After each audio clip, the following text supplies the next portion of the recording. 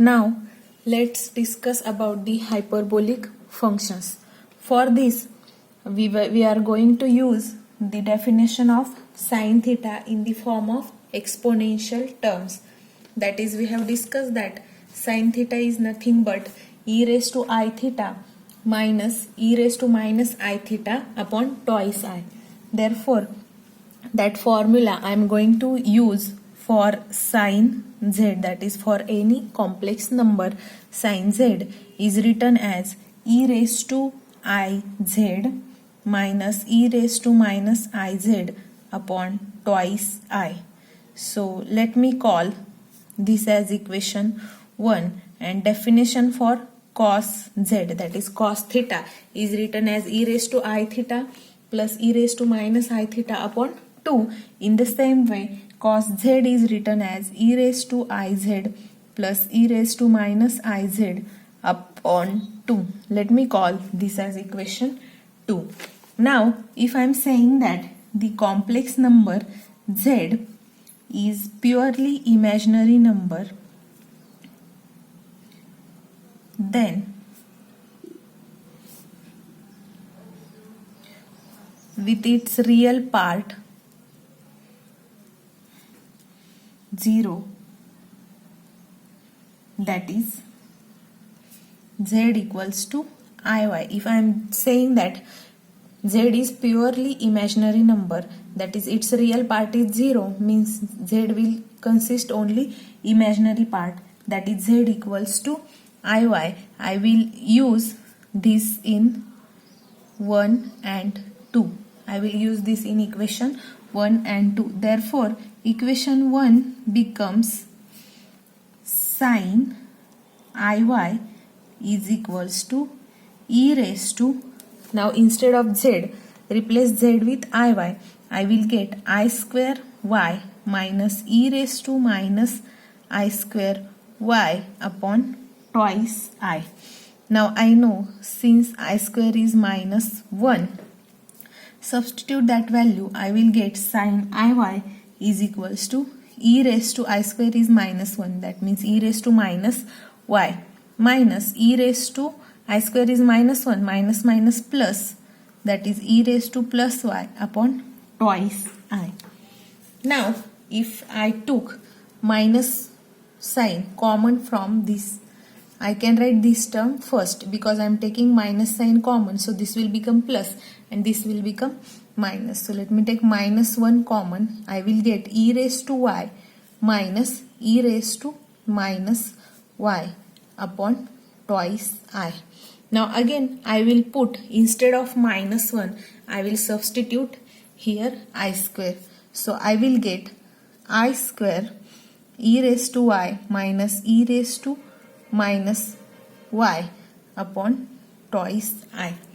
Now here I square will cancel with this I. So I will get sine Iy is equals to I into e raised to y minus e raised to minus y upon 2.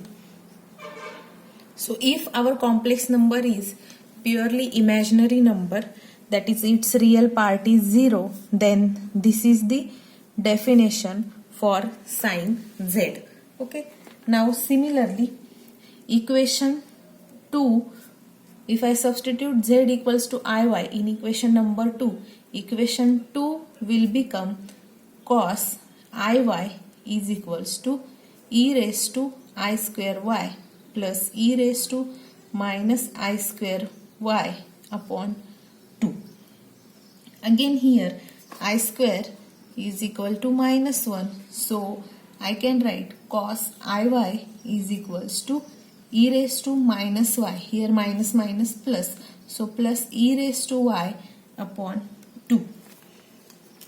So this is our cos Iy.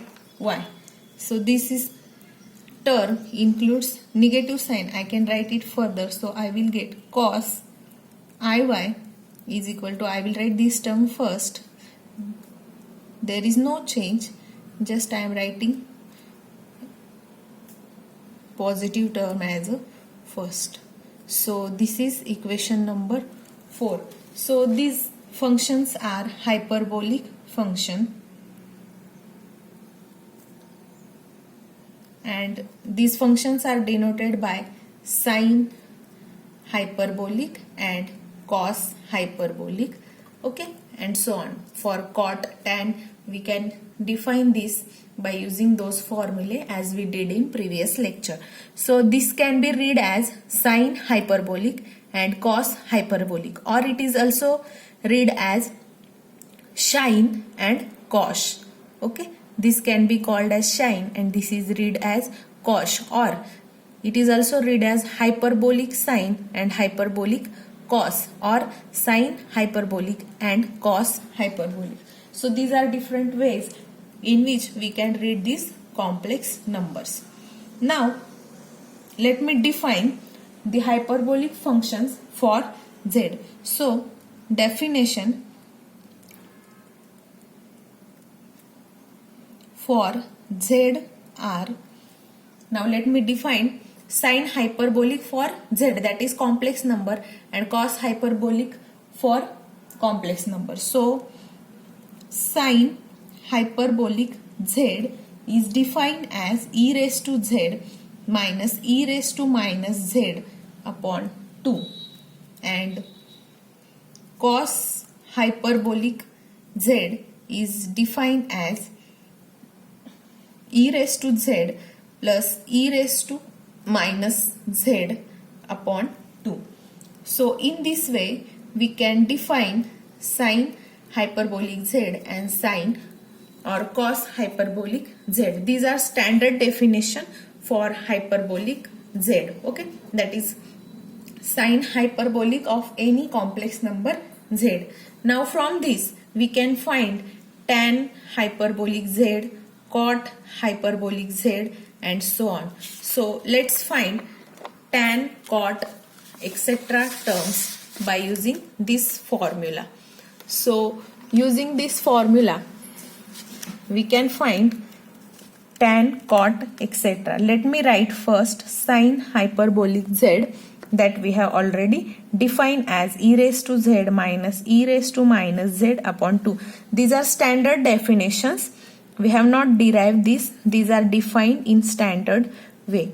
So these are the definitions for sine hyperbolic z and cos hyperbolic z. So from this we can find tan, cot, etc. So let's first find tan hyperbolic z. Now tan hyperbolic is defined as sine hyperbolic z upon cos hyperbolic z. So substitute sine hyperbolic z and cos hyperbolic z.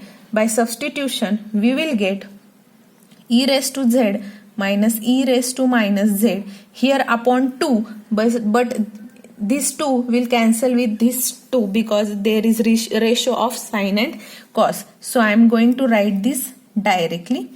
So I will get e raised to z plus e raised to minus z. This is nothing but tan hyperbolic z. Now let me define cot. Cot is defined as cos upon sine,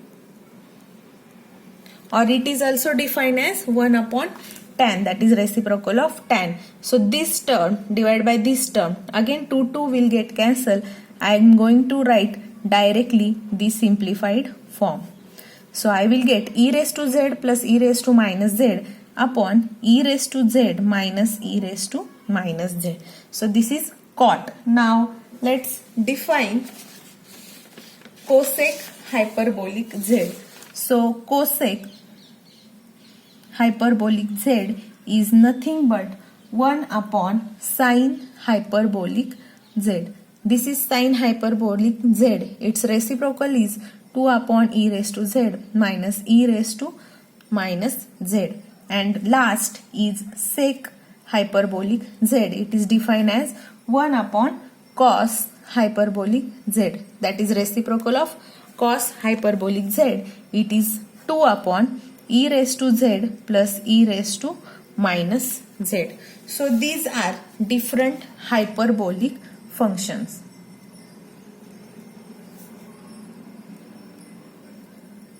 these are the different definitions. Now by using these different definitions, we are going to discuss some other properties or some important identities of complex numbers in our next lecture.